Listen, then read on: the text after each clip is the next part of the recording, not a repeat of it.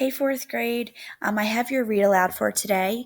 It's called An Owl at Sea by Susan Von de Grake, illustrated by Ian Wallace. It is the true story of an owl stranded on the deck of an oil rig 100 miles from shore and the Good Samaritans who shepherded home. As we're reading this, I would like you to really listen to the language that the author uses to see how they use the details to paint a picture in your mind. This owl, smallish owl, mottled brown, round head belongs here, hovering over grassy field, floating over misty marsh, yellow eyes sharp, hunting a meal, tiny vole, little mouse, perching over open ground, keen ears alert to rustle or chirp. So what is it doing way out here? Far, far out over open water, over grassless sea, where mackerel and herring, haddock and cod are all there, are all there is for a bird to eat. Wings rowing slowly, beating long, I searching for field or fence post, but finding none. No place to rest, no mouse to hear, only the swing, the roar of the sea, so gray, so near.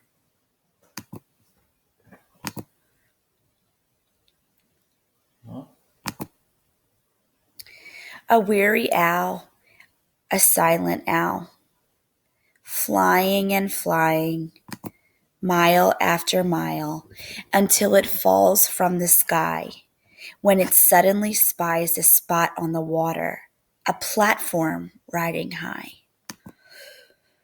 Chunky legs, tired wings, drop fold, talons searching for something to hold. The owl goes down hard, fast, grounded at last, but on an oil rig anchored miles offshore. There's no grass, no field, no mouse, no vole, only hard, cold metal, ladders, and posts. But the owl's exhausted, closes wings and eyes. It huddles down, it can't go on, and it isn't long before one oil rigger, then two, then three discover it there. They stop, they stare, they shake their heads in disbelief. For what is an owl of field and tree doing here? Here on an oil rig, moored on water 100 miles out, on heaving gray sea. Lost its way for sure, they murmur, they fret. But what to do? They can't say, be off, fly away home, for it's tired and weak, and likely not knowing what direction it needs to go or keep. So hands in gloves, the workers move quietly, slowly to pick it up, bring it from the wet, find a box-stained corner, a blanket for a bed, some bits of meat to keep it fed.